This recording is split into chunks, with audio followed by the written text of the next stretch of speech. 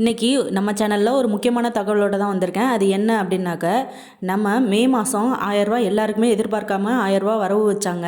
அதே போலவே இந்த ஜூலை மந்த் வந்து 15th அன்னைக்கு 2500 எல்லாரோட கணக்குலையுமே வரவு வைக்க போகிறதா நம்மளுக்கு வந்து தகவல் கிடச்சிட்டே இருக்குது. அதை பற்றின வீடியோ தான் நம்ம சேனலில் அப்டேட் பண்ணிகிட்டு இருக்கோம். மத்திய மாநில அரசு கொடுக்கக்கூடிய நலத்திட்டங்கள், இலவசங்கள், இதை பற்றி தான் நம்ம சேனலில் அப்பப்போ வீடியோ அப்டேட் பண்ணிகிட்டு இருக்கேன். நம்ம சேனலில் இப்போ தான் ஃபஸ்ட் டைம் பார்க்குறீங்க அப்படின்னாக்க சேனலை கண்டிப்பாக சப்ஸ்கிரைப் பண்ணிக்கோங்க. வீடியோக்கு ஒரு லைக் கொடுத்துக்கோங்க. அப்போ தான் நான் போடக்கூடிய வீடியோ அப்பப்போ உங்களுக்கு வந்து சேரும். இன்றைக்கி என்ன பயனுள்ள தகவல் அப்படின்னு பார்த்தீங்கன்னா, மிக மிக மிக முக்கியமான தகவல் என்ன அப்படின்னாக்கா, மகளிர் உரிமை தொகைக்காக நான் லாஸ்ட் வீடியோவில் அப்டேட் பண்ணியிருந்தேன்.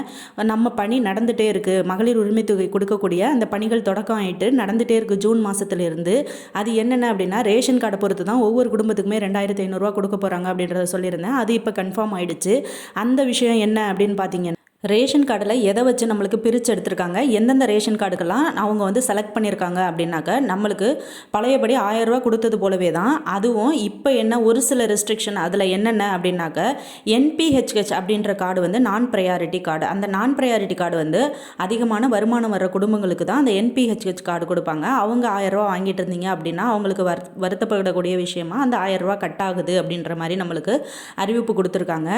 எல்லாமே நம்மளுக்கு லிஸ்ட் அவுட் பண்ணிட்டாங்க. 2500 அப்படி கொடுக்கறதுக்கான எல்லா அப்ளிகேஷன்ஸ் எல்லாமே ரெடி பண்ணிட்டாங்க. இன்னும் நம்ம டிவிகேல நம்ம சிஎம் அவர்கள் வந்து சைன் பண்ணால் அந்த 2500 உடனடியாக ரிலீஸ் பண்ணிடுவாங்க அப்படின்ற தகவலும் நமக்கு கிடச்சிருக்கு. இதை பற்றின நம்ம நிர்மல்குமார் அவர்கள் வந்து அடிக்கடி இதை பற்றி முன் வச்சுட்டே இருக்காங்க இந்த கோரிக்கையை. அந்த கோரிக்கை என்ன அப்படின்னா, பெண்களிடையே பெரிய எதிர்பார்ப்பாக இருக்கக்கூடியது இந்த 2500 தான்.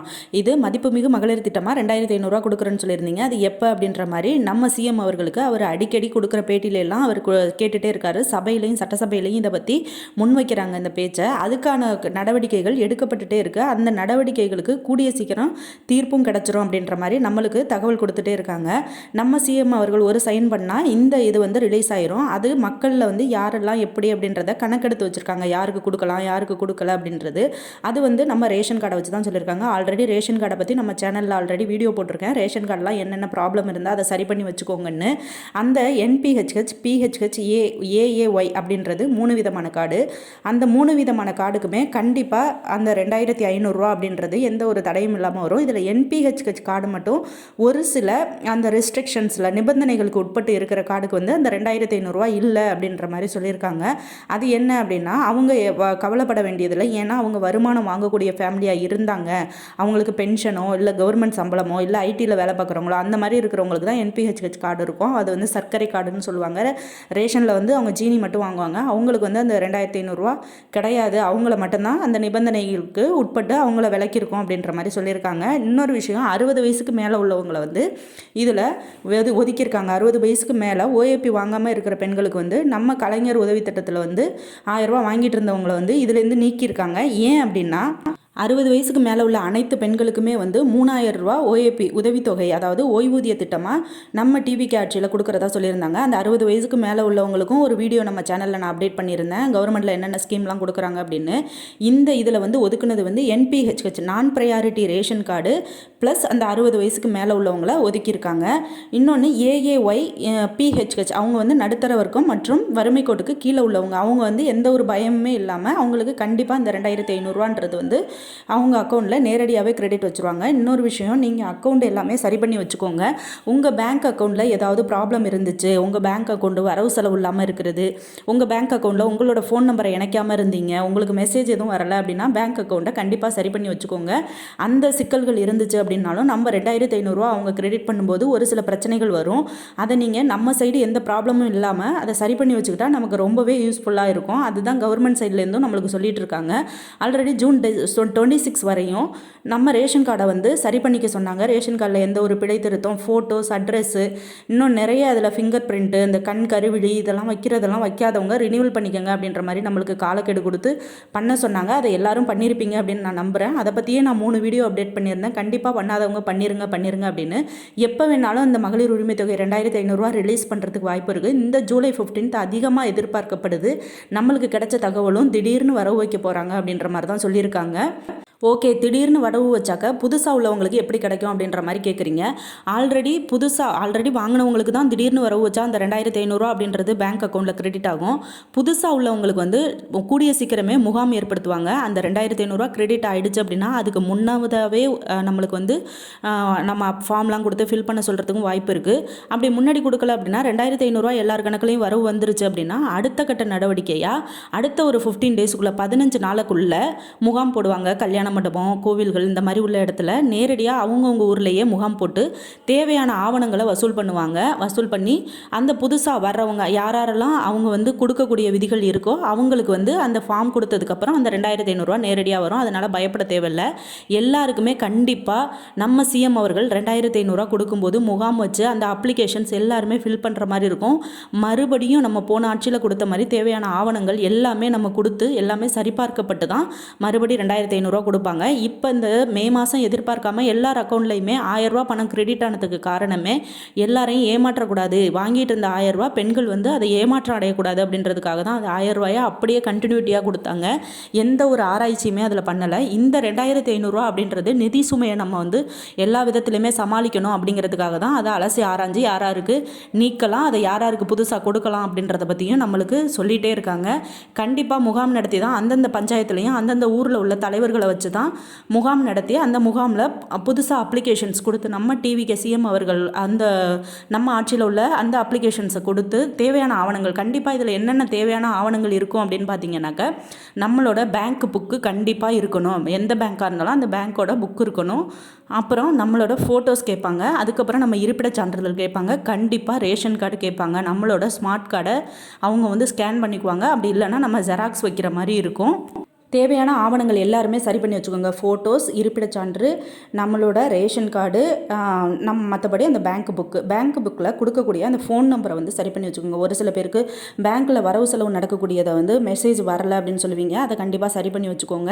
ரேஷன் கார்டில் உள்ள ஃபோன் நம்பரு, ஆதார் கார்டில் உள்ள ஃபோன் நம்பரு, நம்ம வங்கி கணக்கில் அதாவது பேங்க்கில் உள்ள ஃபோன் நம்பர், இது மூணுமே ஒரே மாதிரி இருக்க மாதிரி தயவு செஞ்சு சரி பண்ணி வச்சுக்கோங்க. ஏன்னா கடைசியில் இதனால் கூட நம்மளுக்கு வந்து இதை வந்து நம்ம விளக்கிற மாதிரி இருக்கும். அதை வந்து நீங்கள் சரி பண்ணி வச்சுக்கோங்க. நம்ம சைடு எந்த ப்ராப்ளமும் இல்லாமல் இருக்கணும் அப்படிங்கிறதுக்காக தான் நான் அடிக்கடி இந்த இன்ஃபர்மேஷன் கொடுத்துட்டே இருக்கேன். அந்த அப்ளிகேஷன்ஸ் கொடுக்கும்போது அங்கேயே ஃபில் பண்ணி கொடுப்பாங்க. நம்ம ஒரு சில இடத்துல சைன் பண்ணுற மாதிரி தான் இருக்கும்.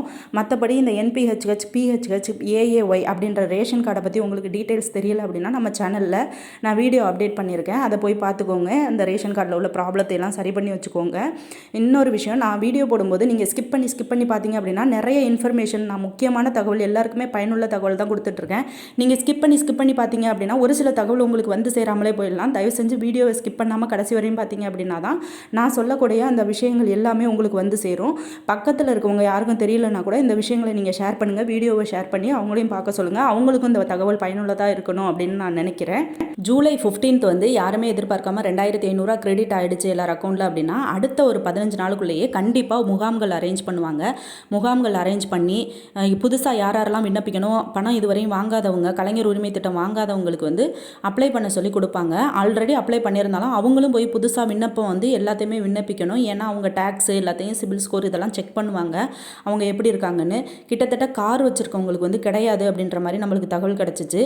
அதுக்கப்புறம் வீடு லோன் கட்டுறவங்க, பேங்க்கில் லோன் வாங்கியிருக்கவங்க, குழுவில் லோனை எடுத்துகிட்டு கட்டாமல் இருக்கிறவங்க, அவங்களாம் சிபில் ஸ்கோரில் இடிக்குது அப்படின்றதுக்காக அவங்களுக்கெல்லாம் கிடையாது அப்படின்ற மாதிரி ரெஸ்ட்ரிக்ஷன்ஸும் சொல்லியிருக்காங்க.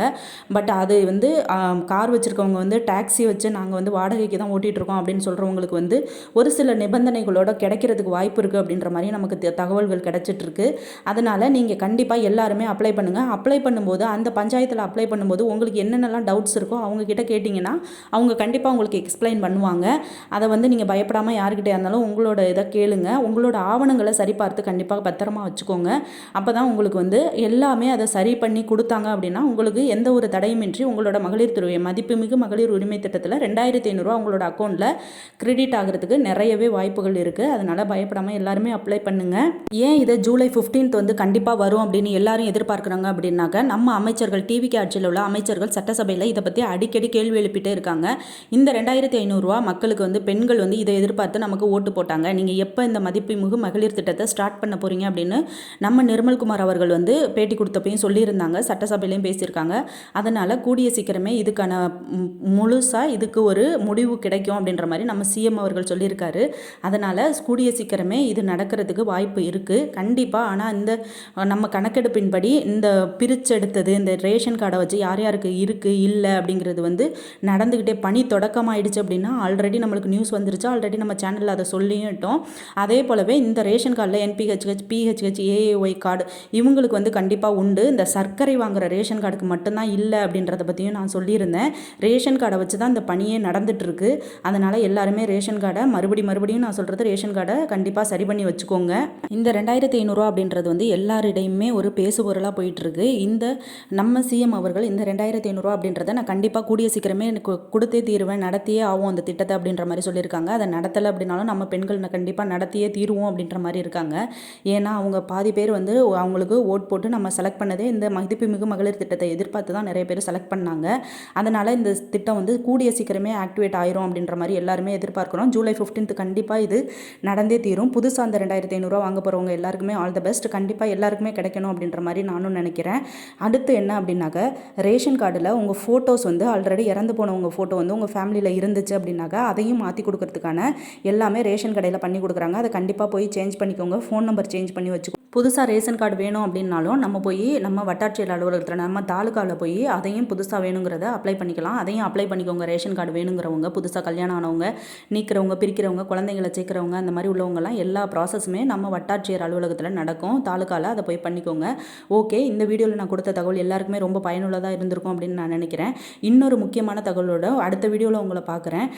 இது இந்த தகவல் யார் யாருக்கெல்லாம் தேவைப்படுதோ அதை ஷேர் பண்ணிங்க. Okay, thank you.